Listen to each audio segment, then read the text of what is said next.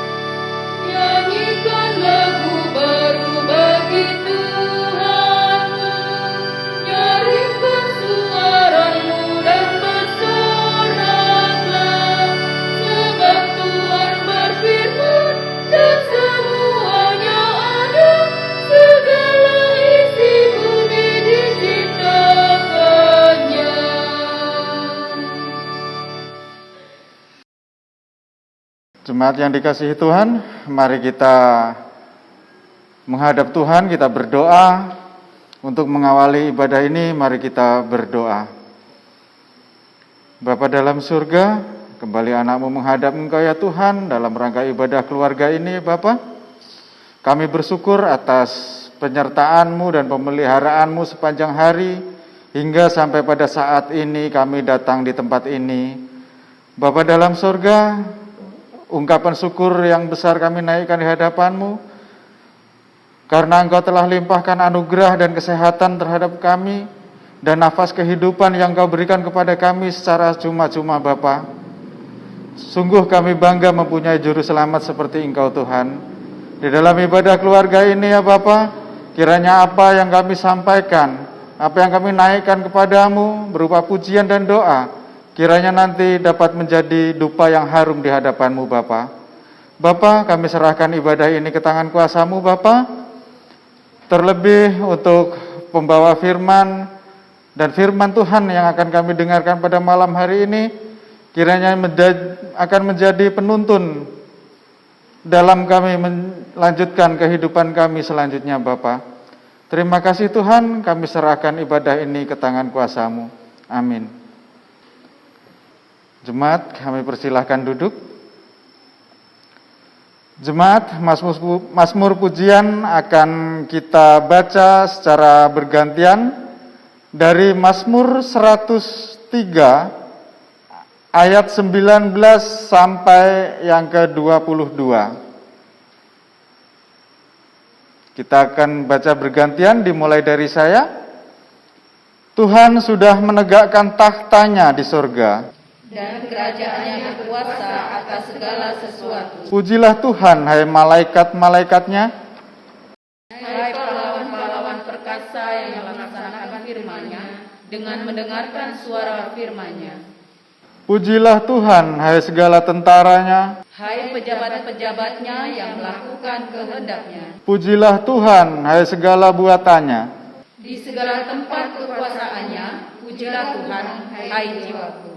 Sebelum mendengarkan firman Tuhan, mari kita bernyanyi lagi dari Kidung Jemaat 178, bait 1 dan yang kedua, Karena Kasih-Nya Padaku.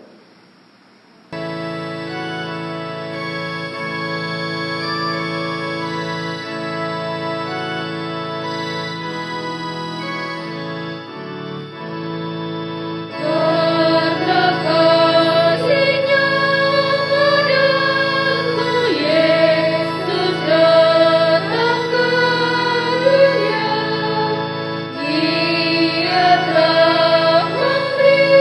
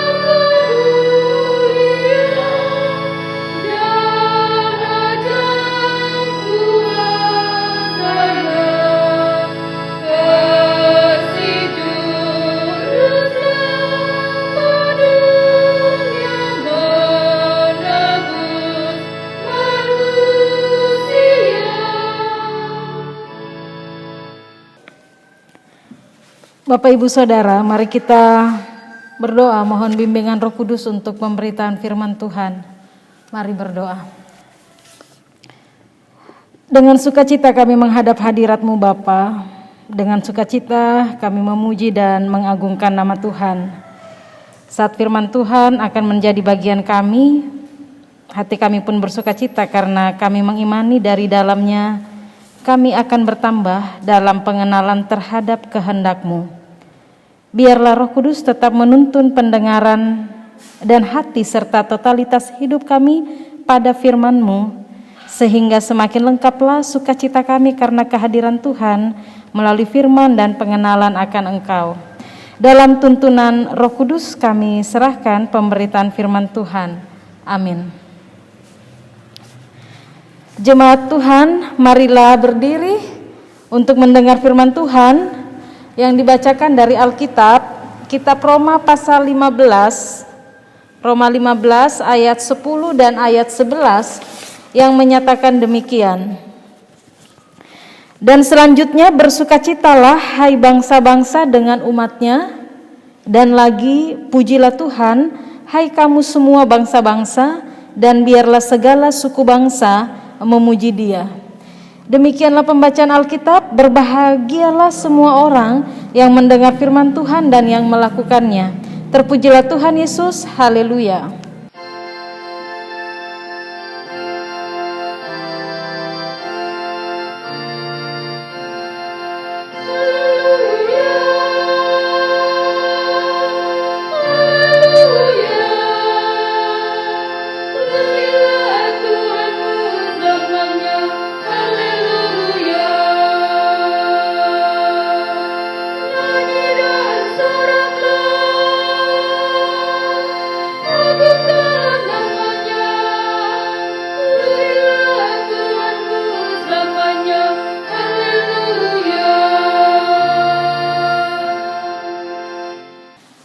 Bapak Ibu Saudara, momen atau peristiwa sukacita yang dialami atau dirasakan oleh manusia itu dapat disebabkan oleh banyak faktor.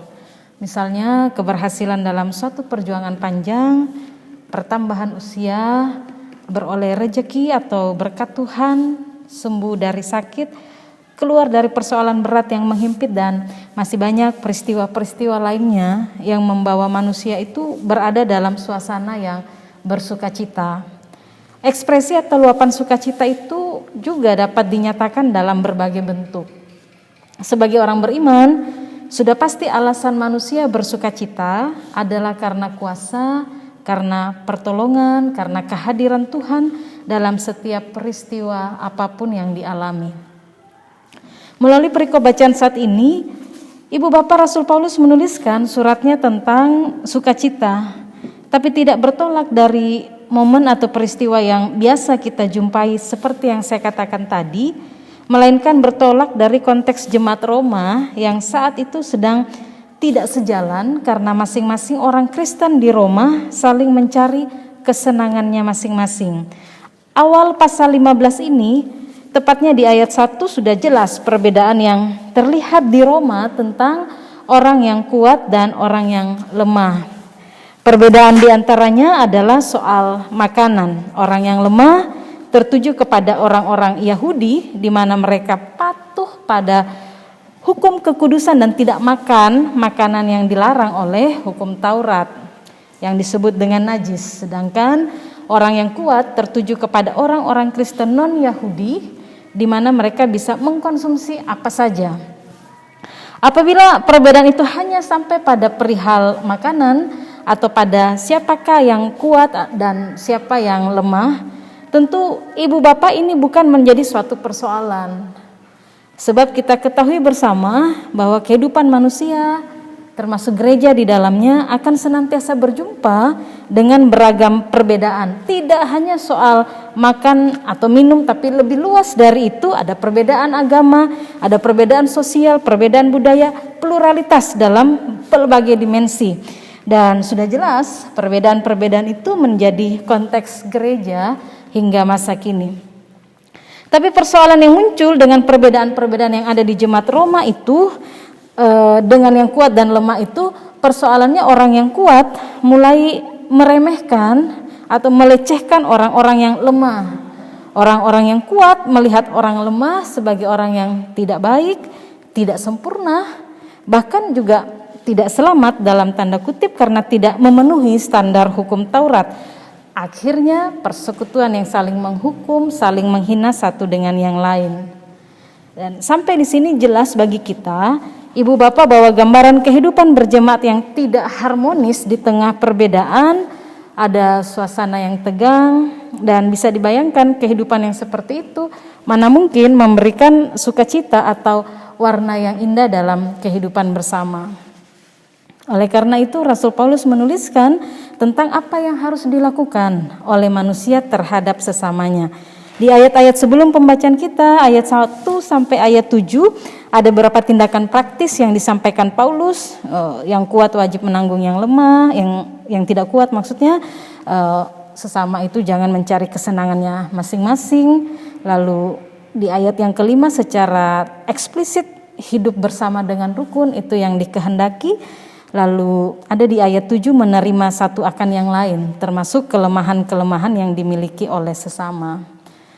Setelah menuliskan tindakan praktis yang harus dilakukan terhadap sesama, Paulus juga tetap menyampaikan, memasukkan beberapa pokok iman Kristen yang tentunya berpusat pada karya Kristus untuk menguatkan dan mendasari tindakan manusia terhadap sesamanya. Jadi tidak hanya sekedar berbuat begitu saja terhadap sesama, tapi selalu berpusat pada karya Tuhan Yesus.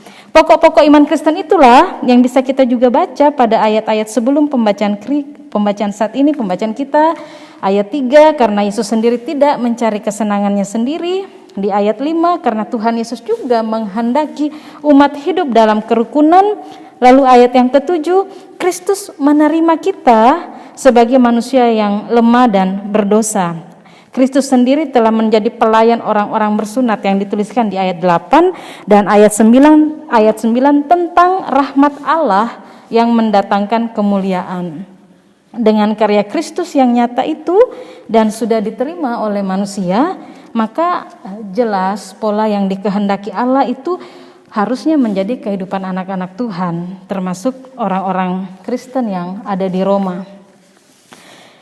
Bapak Ibu Saudara, Paulus menuliskan tentang kemuliaan yang akan tetap naik kepada Allah, dan itu tidak hanya dari orang-orang Kristen di Roma, melainkan juga luas dari itu dari bangsa-bangsa di sekitar. Hal ini dapat dilihat di ayat 9, menyatakan ada beberapa bagian di situ dikatakan, dan untuk memungkinkan bangsa-bangsa supaya mereka memuliakan Allah karena rahmat-Nya. Bangsa-bangsa yang dimaksudkan di sini menunjuk pada semua bangsa, bukan Yahudi. Artinya semua orang, terbuka kepada siapapun juga. Memang Paulus sudah tegaskan di awal suratnya, kalau kita baca di Roma 1 ayat 16, di situ dikatakan Injil adalah kekuatan Allah yang menyelamatkan setiap orang percaya, pertama-tama orang Yahudi tapi juga orang Yunani. Apabila bangsa-bangsa memuliakan Tuhan, di sini jelas tegasnya karena rahmat Tuhan, karena karya penyelamatan Allah melalui Yesus Kristus yang dituliskan di ayat 3, 5, 7, 8 dan ayat 9 yang saya katakan tadi. Oleh karena itu bangsa-bangsa non-Yahudi, maksudnya yang berbeda dengan Yahudi, dapat memuliakan Allah. Mengapa di antara orang Kristen malah harus bersitegang dengan perbedaan-perbedaan di antara sesamanya yang ada di dalam tubuh jemaat maksudnya. Melalui Yesus Kristus semua orang dalam gereja terikat menjadi satu supaya mereka yang lemah imannya dan yang kuat imannya bisa dipersatukan menjadi satu tubuh, sehingga orang-orang Yahudi dan bangsa-bangsa lain berkumpul dalam satu persekutuan. Kalau situasi seperti itu yang terjadi, inilah Ibu Bapak yang bisa kita pahami tentang bersukacita sesuai bacaan kita di ayat 10 sampai ayat 11. Dikatakan, bersukacitalah hai bangsa-bangsa dengan umatnya, segala suku bangsa memuji Dia di bagian terakhir ayat 11. Bersukacitalah karena bangsa-bangsa akan diundang untuk menyembah Allah dan menjadi bagian dari umat Allah yang baru. Jadi sukacita ini sukacita yang universal, yang terbuka, dirasakan atau dialami oleh semua orang tanpa terkecuali. Dan sukacita yang terjadi itu bukan karena hal-hal di luar manusia, tapi berasal dari dalam diri. Karena kesadaran tentang kehadiran Tuhan yang hidup, yang menyentuh hidup siapapun manusia dengan kasih yang kekal, dan akhirnya tidak ada lagi yang dapat memisahkan kita dari kasih Allah yang ada di dalam Dia. Bapak Ibu Saudara, setelah memahami situasi jemaat di Roma dan maksud Paulus menuliskan tentang sukacita dalam bacaan ini, sudah pasti sukacita juga menjadi bagian gereja, tidak hanya buat mereka persekutuan jemaat di Roma, tapi bagi kita gereja di masa kini dan sampai pada kesudahannya. Sebab kita sebagai gereja juga merenungkan tentang rahmat Tuhan yang tetap tercurah bagi kita dan bagi semua orang yang Tuhan berkenan. Kita sudah mengimani semua karya Kristus dan keberadaan kita hingga saat ini tidak terlepas dari kebesaran rahmat-Nya. Dalam perjalanan yang sudah kita tempuh bersama, apabila kita menoleh ke belakang dan menemukan bahwa ada saat di mana kita juga diperhadapkan dengan berbagai kelemahan, termasuk lemah dalam melakukan perintah dan kehendak Tuhan, di sana kita temukan bahwa kekuatan tetap Tuhan beri. Ia hadir melalui orang-orang yang kuat untuk menyatakan kehadirannya dan menunjukkan kasih-Nya bagi kita. Ia menopang kita dan tidak membiarkan kita jatuh dan terpuruk dalam kelemahan apapun. Dengan menyadari dan mengimani karya Yesus itu di setiap hari dan di setiap babak yang sudah kita tempuh, maka melalui firman Tuhan ini tentu meneguhkan hati kita untuk tetap bersukacita di dalam Dia. Tidak ada alasan untuk tidak bersukacita. Selalu ada cara untuk menyatakan sukacita kita kepada Tuhan atas rahmat-Nya.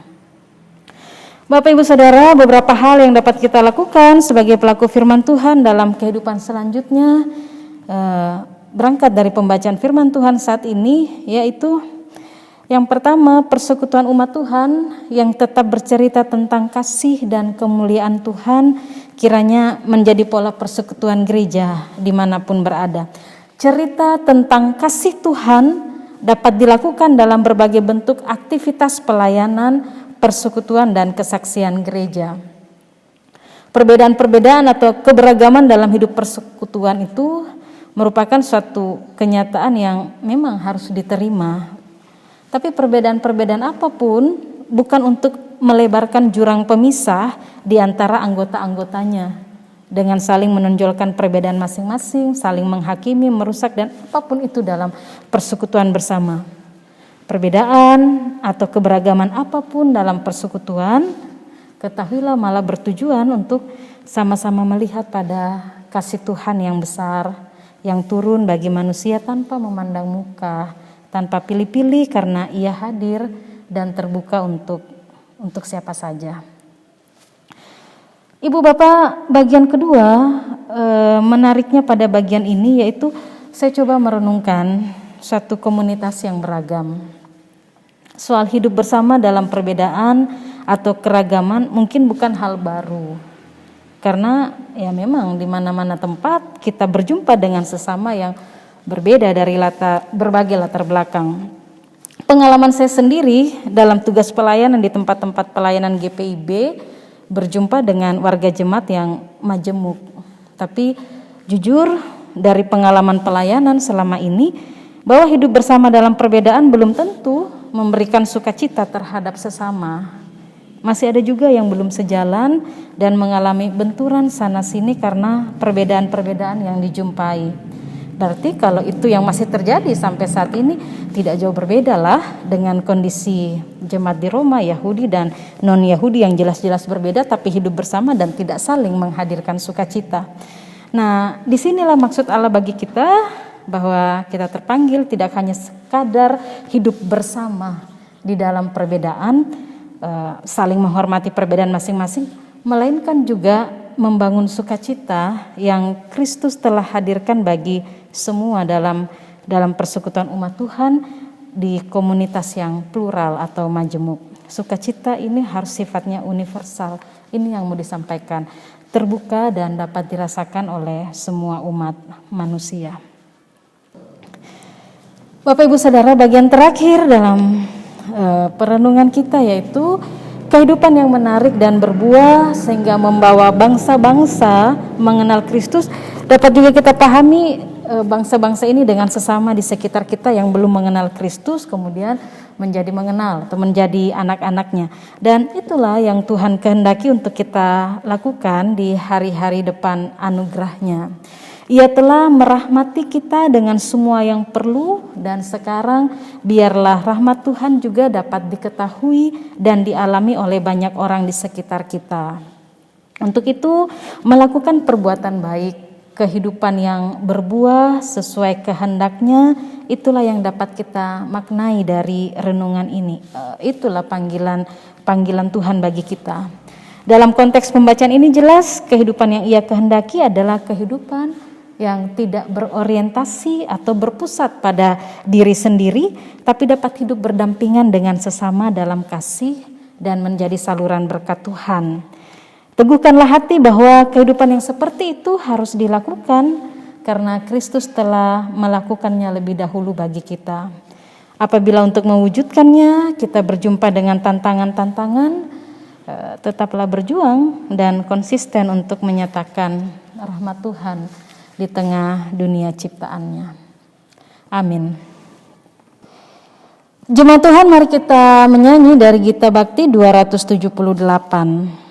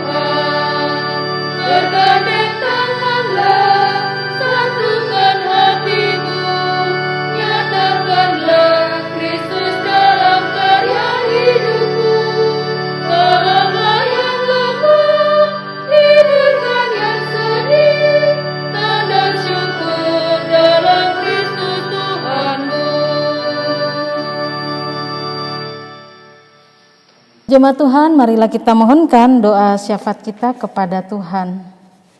Mari berdoa. Menghayati kembali tentang kasih dan karya Allah melalui Yesus Kristus tentunya meneguhkan langkah yang sudah kami tempuh di hari-hari lalu.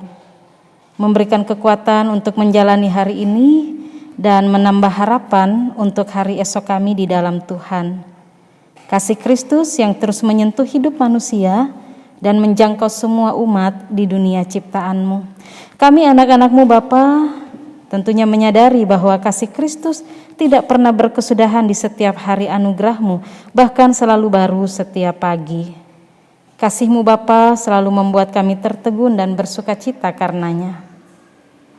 Tolonglah Tuhan, sukacita ini tidak hanya diam dan menguasai diri kami, tapi dapat kami pancarkan dan bagikan terhadap sesama, sehingga mereka pun dalam segala keberadaan dapat bersukacita karena kehadiran dan sentuhan kasih Allah melalui hidup kami.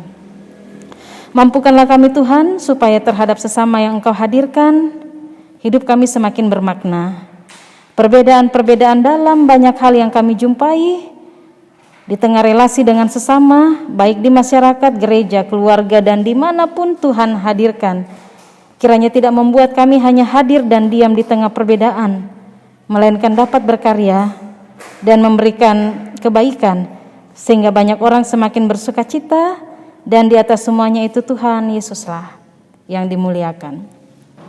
Ya Bapa, kami serahkan setiap umat-Mu yang saat ini beribadah dari tempat mereka masing-masing dengan segala keberadaan mereka.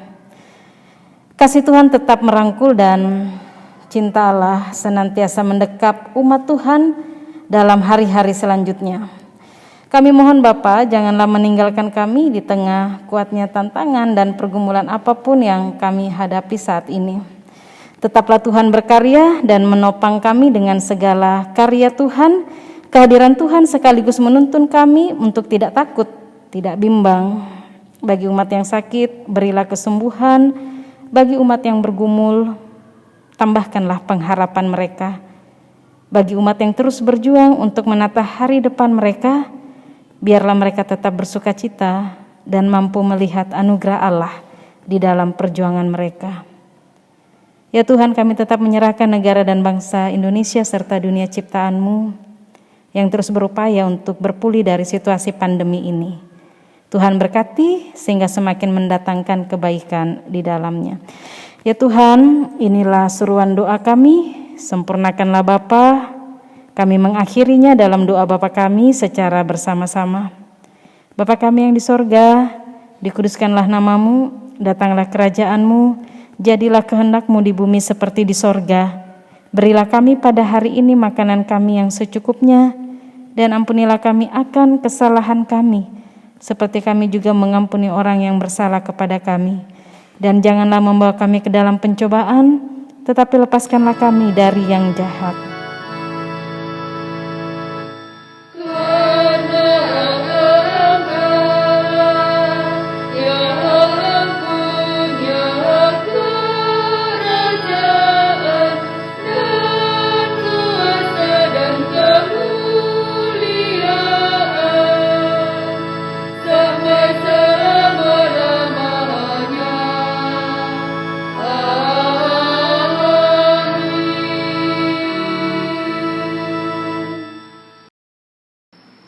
Jemaat Tuhan, marilah kita mengungkapkan syukur dengan hati penuh dan tangan kita.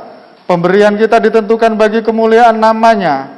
Tuhan memberkati pemberian saudara. Dalam memberikan persembahan, mari kita iringi dari Kidung Jemaat 443, bait 1 dan yang kedua. Kau sukacita.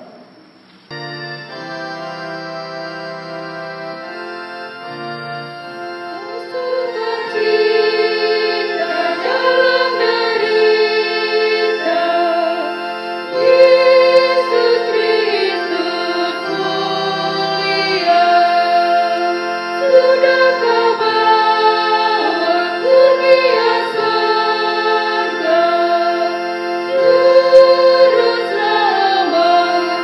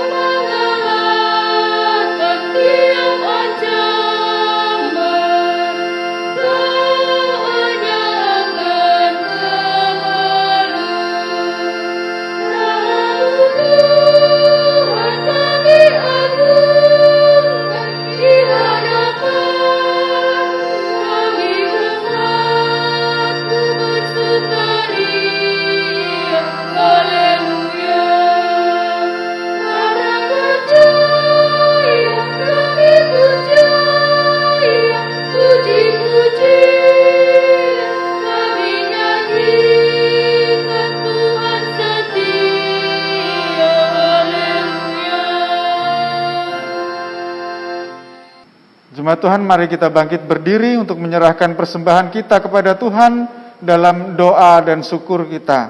Mari kita berdoa. Bapa yang Maha Kudus, kembali kami menghampiri tahta-Mu Bapa. Pada saat ini kami memberikan yang terbaik dari kami, yang tak lain juga berupa berkat yang berasal dari Engkau ya Bapa. Sungguh tak sebanding apa yang kami berikan kepadamu ya Tuhan, tetapi Engkau melihat ketulusan kami, dan biarlah hidup kami menjadi persembahan yang hidup di hadapan-Mu Bapa. Dan apa yang kami berikan kepadamu biarlah menjadi persembahan yang harum di hadapan-Mu. Biarlah menjadi penopang untuk perluasan kerajaan-Mu di muka bumi ini Bapa. Terima kasih Tuhan atas segala berkat yang Kau limpahkan kepada kami. Dan biarlah apapun yang kami miliki bisa menjadi penyalur berkat bagi sesama kami. Terpuji nama-Mu Tuhan, kami serahkan persembahan ini. Amin. Jemaat disilakan berdiri. Mari kita bernyanyi dari Gita Bakti 284.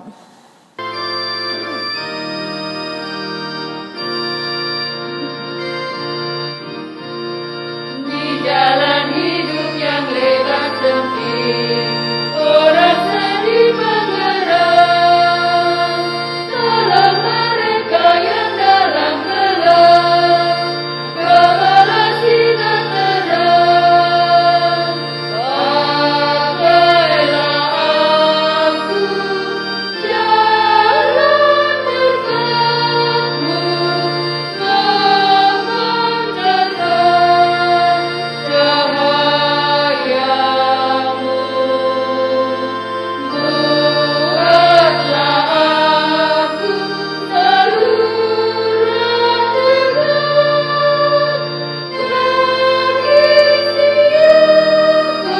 berkat bagi siapa yang risau benar.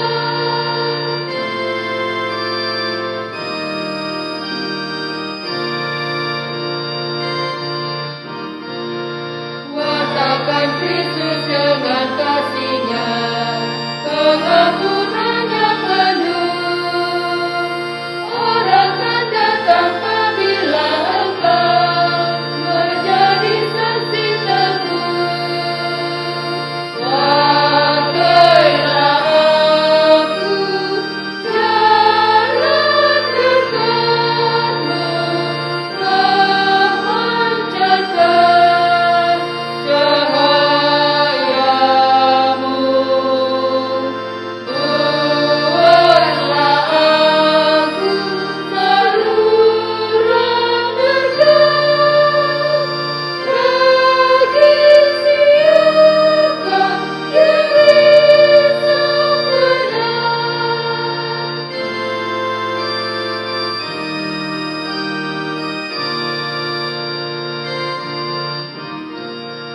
Seperti Tuhan memberi padamu dan mengasihi kau, berikan Tuhanmu di mana perlu, Yesus mengutus engkau. Pakailah aku jalan berkat-Mu, memancarkan cahayamu. Buatlah aku saluran berkat bagi siapa yang risau benar. Sekarang arahkanlah hati dan pikiran kita kepada Tuhan dan terimalah berkat-Nya. Tuhanlah penjagamu, Tuhanlah naunganmu di sebelah tangan kananmu. Matahari tidak menyakiti engkau pada waktu siang, atau bulan pada waktu malam. Tuhan akan menjaga engkau terhadap segala kecelakaan. Ia akan menjaga nyawamu. Tuhan akan menjaga keluar masukmu dari sekarang sampai selama-lamanya.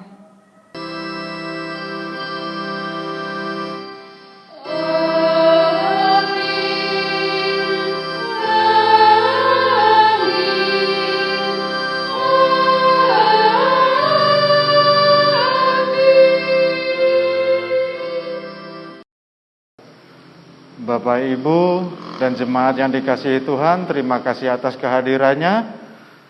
Ibadah keluarga sudah kita laksanakan. Selamat malam, Tuhan Yesus memberkati.